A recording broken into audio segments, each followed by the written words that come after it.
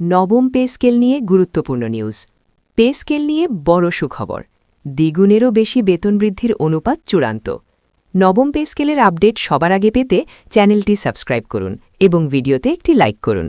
যুগান্তর 19/1/2026। সরকারি চাকরিজীবীদের দীর্ঘদিনের অপেক্ষার অবসান ঘটিয়ে পে স্কেল নিয়ে এক বড় সুখবর সামনে এসেছে। বেতন কমিশনের চূড়ান্ত প্রস্তাব অনুযায়ী এবার সরকারি কর্মচারীদের বেতন কাঠামোতে আসছে আমূল পরিবর্তন। দীর্ঘ সময় ধরে মূল্যস্ফীতি ও জীবনযাত্রার ব্যয়ের চাপে থাকা কর্মচারীদের জন্য এই সিদ্ধান্তকে সময় উপযোগী বলে মনে করা হচ্ছে। বিশেষ করে সর্বনিম্ন বেতন দ্বিগুণেরও বেশি বাড়ানোর সুপারিশ সরকারি মহলে নতুন আশার সঞ্চার করেছে। এই প্রস্তাব বাস্তবায়িত হলে দেশের লাখ লাখ সরকারি কর্মচারীর জীবনযাত্রায় সরাসরি ইতিবাচক প্রভাব পড়বে। কমিশনের প্রতিবেদনে বলা হয়েছে, বর্তমান বাস্তবতায় আগের বেতন কাঠামো আর টেকসই ছিল না, তাই সামগ্রিক অর্থনৈতিক পরিস্থিতি বিবেচনায় এনে নতুন কাঠামো প্রস্তাব করা হয়েছে। সরকারের পক্ষ থেকেও এই প্রস্তাবকে গুরুত্বের সঙ্গে দেখা হচ্ছে। বর্তমানে সরকারি কর্মচারীদের সর্বনিম্ন মূল বেতন যেখানে ২৫০০ টাকা, সেখানে নতুন প্রস্তাবে তা বাড়িয়ে ১৮,০০০ টাকা করার সুপারিশ করা হয়েছে। অর্থাৎ ১ লাফের দ্বিগুণেরও বেশি বেতন বৃদ্ধির প্রস্তাব এসেছে কমিশনের পক্ষ থেকে। দীর্ঘদিন ধরে নিম্ন গ্রেডের কর্মচারীরা যে আর্থিক বৈষম্যের শিকার হচ্ছিলেন তা কমানোর লক্ষ্যেই এই উদ্যোগ নেওয়া হয়েছে। নিত্য প্রয়োজনীয় পণ্যের দাম, বাসা ভাড়া, শিক্ষা ও চিকিৎসা ব্যয়ে বেড়ে যাওয়ায় এই শ্রেণীর কর্মচারীরা সবচেয়ে বেশি চাপে ছিলেন। কমিশন মনে করছে, এই বেতন বৃদ্ধি তাদের ন্যূনতম জীবনযাত্রা নিশ্চিত করতে সহায়ক হবে। শুধু সম্মানজনক জীবন নয়, ভবিষ্যৎ নিরাপত্তার দিকটিও এতে কিছুটা নিশ্চিত হবে।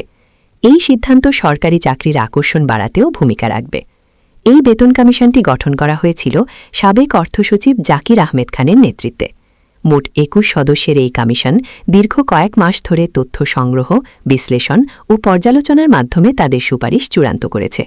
আগামী ২১ জানুয়ারি তারা আনুষ্ঠানিকভাবে এই প্রতিবেদন অর্থ উপদেষ্টা সালেহ উদ্দিন আহমেদের কাছে জমা দেবেন। কমিশনের সদস্যরা বিভিন্ন শ্রেণী পেশার সরকারি কর্মচারীদের সঙ্গে মতবিনিময় করেছেন। পাশাপাশি দেশের সামগ্রিক অর্থনৈতিক সক্ষমতা ও বাজেট কাঠামো বিশ্লেষণ করা হয়েছে। নির্ধারিত সময়ের মধ্যেই কমিশন তাদের কাজ শেষ করায় সরকার সন্তোষ প্রকাশ করেছে। এখন সবার দৃষ্টি উপদেষ্টা পরিষদের চূড়ান্ত সিদ্ধান্তের দিকে। প্রস্তাব অনুযায়ী নতুন পে স্কেল পুরোপুরি কার্যকর হতে কিছুটা সময় লাগবে। প্রাথমিকভাবে ২০২৬ সালের ১ জানুয়ারি থেকে আংশিকভাবে এই কাঠামো কার্যকরের পরিকল্পনা রয়েছে। এরপর ২০২৬-২৭ অর্থবছরের জুলাই মাস থেকে এটি পূর্ণমাত্রায় বাস্তবায়নের কথা বলা হয়েছে। ধাপে ধাপে বাস্তবায়নের মাধ্যমে সরকারের উপর হঠাৎ বড় আর্থিক চাপ এড়ানোর কৌশল নেওয়া হয়েছে। এতে করে বাজেট ব্যবস্থাপনাও তুলনামূলক সহজ হবে। সংশ্লিষ্ট মহলের মতে এই পদ্ধতি বাস্তবসম্মত এবং গ্রহণযোগ্য। কর্মচারীরাও ধৈর্যের সঙ্গে এই প্রক্রিয়াকে স্বাগত জানাতে প্রস্তুত। তবে এই নতুন বেতন কাঠামো বাস্তবায়নে সরকারের রাজস্ব ব্যয় উল্লেখযোগ্য হারে বাড়বে। কমিশনের হিসাব অনুযায়ী বছরে অতিরিক্ত ৭০ থেকে ৮০,০০০ কোটি টাকা ব্যয়ের সম্ভাবনা রয়েছে। এই বিপুল অঙ্কের অর্থ যোগান দেওয়া সরকারের জন্য একটি বড় চ্যালেঞ্জ।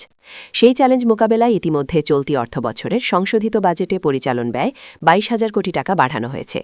উন্নয়ন ব্যয় থেকে সাশ্রয় করে এই অর্থের একটি অংশ ব্যবস্থাপনার পরিকল্পনাও করা হয়েছে। অর্থ মন্ত্রণালয় বিষয়টি গুরুত্বের সঙ্গে পর্যবেক্ষণ করছে। দীর্ঘমেয়াদে রাজস্ব আয় বাড়ানোর দিকেও নজর দেওয়া হচ্ছে। নতুন পে স্কেলের আরেকটি গুরুত্বপূর্ণ দিক হল সর্বোচ্চ ও সর্বনিম্ন বেতনের ব্যবধান কমিয়ে আনা। এবার এই অনুপাত নির্ধারণ করা হয়েছে 5:1-এ। আগের তুলনায় এটি অনেক বেশি ভারসাম্যপূর্ণ বলে মনে করছেন বিশেষজ্ঞরা। এর ফলে নিম্ন গ্রেডের কর্মচারীরা তুলনামূলক বেশি সুবিধা পাবেন। একই সঙ্গে উচ্চপদস্থ অধিকর্তাদের বেতনও বাস্তবতার সঙ্গে সামঞ্জস্যপূর্ণ থাকবে। কমিশনের মতে অতিরিক্ত বৈষম্য প্রশাসনিক অস্থিরতা তৈরি করে, তাই একটি গ্রহণযোগ্য অনুপাত নির্ধারণ করা জরুরি ছিল। এই সিদ্ধান্ত প্রশাসনে ইতিবাচক প্রভাব ফেলবে বলে আশা করা হচ্ছে। প্রস্তাবিত কাঠামো অনুযায়ী সরকারের শীর্ষ পর্যায়ের কর্মকর্তাদের মূল বেতনেও বড় পরিবর্তন আসছে।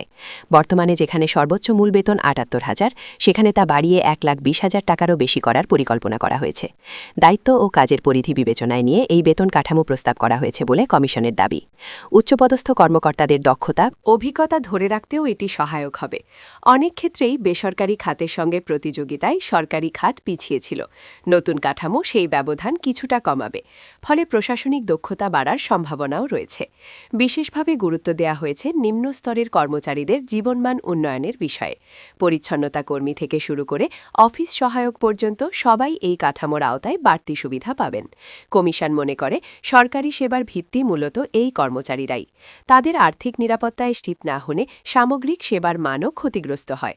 নতুন বেতন কাঠামো তাদের আত্মসম্মান ও কর্মপ্রেরণা বাড়াবে। একই সঙ্গে কর্মক্ষেত্রে দায়বদ্ধতাও বাড়বে বলে আশা করা হচ্ছে। দীর্ঘদিনের অবহেলা কিছুটা হলেও এতে কাটবে। এই শ্রেণীর কর্মচারীরা নতুন করে স্বপ্ন দেখতে শুরু করেছেন। বেতন কমিশনের প্রতিবেদন জমা দেওয়ার পর এটি উপদেষ্টা পরিষদের বৈঠকে উপস্থাপন করা হবে। প্রধান উপদেষ্টার নেতৃত্বে সেখানে বিষয়টি বিস্তারিত আলোচনা হবে। প্রয়োজন হলে কিছু সংশোধন বা দিক নির্দেশনাও দেয়া হতে পারে। সবকিছু চূড়ান্ত হলে প্রজ্ঞাপন জারির মাধ্যমে নতুন পে স্কেল কার্যকর করার প্রক্রিয়া শুরু হবে। প্রশাসনের বিভিন্ন স্তরে তখন প্রস্তুতি শুরু হবে। হিসাব নিকাশ ও সফটওয়্যার আপডেট সহ নানা কাজ করতে হবে। তবে সরকারের পক্ষ থেকে আশ্বাস দেয়া হয়েছে প্রক্রিয়াটি যতটা সম্ভব দ্রুত সম্পন্ন করা হবে। সব মিলিয়ে নতুন এই পে স্কেল প্রস্তাব সরকারি চাকরিজীবীদের জন্য একটি যুগান্তকারী পদক্ষেপ হিসেবে দেখা হচ্ছে। এটি শুধু বেতন বৃদ্ধি নয়, বরং একটি কাঠামোগত সংস্কার। দীর্ঘদিনের জমে থাকা অসন্তোষ কমাতে এই সিদ্ধান্ত বড় ভূমিকা রাখবে। একই সঙ্গে প্রশাসনিক গতিশীলতা ও দক্ষতা বাড়বে বলে আশা করা হচ্ছে। যদিও আর্থিক চাপ একটি বাস্তব চ্যালেঞ্জ, তবু সরকারের দৃঢ় সদিচ্ছাই ইতিবাচক ইঙ্গিত দিচ্ছে। এখন দেখার বিষয় চূড়ান্ত অনুমোদনের প্রক্রিয়া কত দ্রুত শেষ হয়। সরকারি চাকরিজীবীরা আপাতত সেই আশাতেই দিন গুনছেন। প্রিয় দর্শক, আমাদের চ্যানেলটি ভালো লাগলে অবশ্যই সাবস্ক্রাইব করে রাখবেন।